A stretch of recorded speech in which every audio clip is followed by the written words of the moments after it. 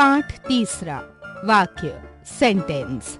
पिछले अध्याय में आपने पढ़ा कि भाषा की सबसे छोटी इकाई वर्ण कहलाती है। इन्हीं वर्णों के मेल से शब्द तथा शब्दों के मेल से वाक्य बनते हैं।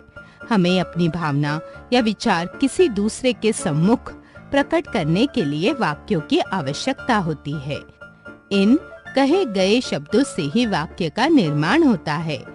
इन शब्दों के मेल से कही पूरी बात को ही वाक्य कहते हैं। राकेश बगीचे में खेल रहा है। सदैव बड़ों का आदर करो। ऊपर दिए गए चित्रों द्वारा वाक्य को पढ़ने से पता चल रहा है कि राकेश क्या कर रहा है। बाग में खेल रहा है। बड़ों से कैसा आचरण करना चाहिए? आदर करना चाहिए। अर्थात जिन वाक्यों द्वारा कही गई बात किसी अन्य तक आसानी से पहुंच तथा समझ आ जाए उसे वाक्य कहते हैं। परिभाषा, शब्दों के सार्थक समूह को ही वाक्य कहते हैं। वाक्य के अंग, पार्ट्स ऑफ सेंटेंस। वाक्य के दो अंग होते हैं, क उद्देश्य सब्जेक्ट, ख विधेय प्रेडिकेट। क उद्देश्य सब्जेक्ट, वाक्य में जिसके बारे में कुछ बात कही जाए उसे उद्देश्य कहते हैं। जैसे सोनू ने कबूतर पकड़ा। ख विधेय प्रेडिकेट, वाक्य का वह अंग जिसमें उद्देश्य का वर्णन हो उसे विधेय कहते हैं। जैसे राजकुमार बगीचे में टहल रहा है।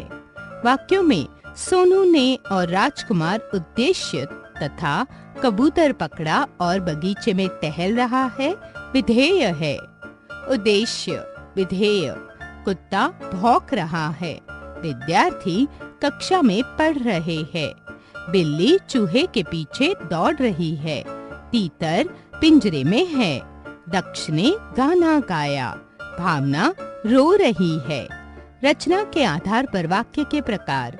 रचना के आधार पर वाक्य निम्नलिखित 3 प्रकार के होते हैं।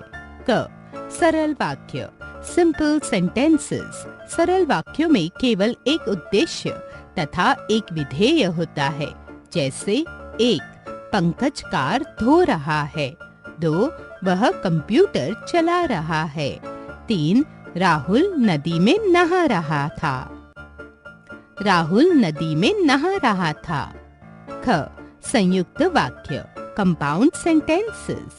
2 उपवाक्यों के मेल से बने वाक्यों को संयुक्त वाक्य कहते हैं। जैसे 1. मामा जी दिल्ली जा रहे हैं जबकि चाचा जी चंडीगढ़। 2.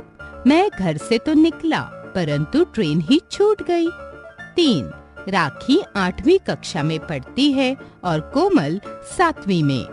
ग मिश्रित वाक्य, कंपाउंड सेंटेंसेस। इन वाक्यों में एक मुख्य उपवाक्य होता है और एक या एक से अधिक उपवाक्य उस पर आश्रित होते हैं। जैसे 1. जो जैसा करेगा वैसा भरेगा। 2. यदि तुम मेरा कहा मानते तो तुम घायल होने से बच जाते। ध्यान दीजिए, जिन शब्दों के सार्थक समूह से कोई अर्थ निकलता हो वाक्य कहलाता है।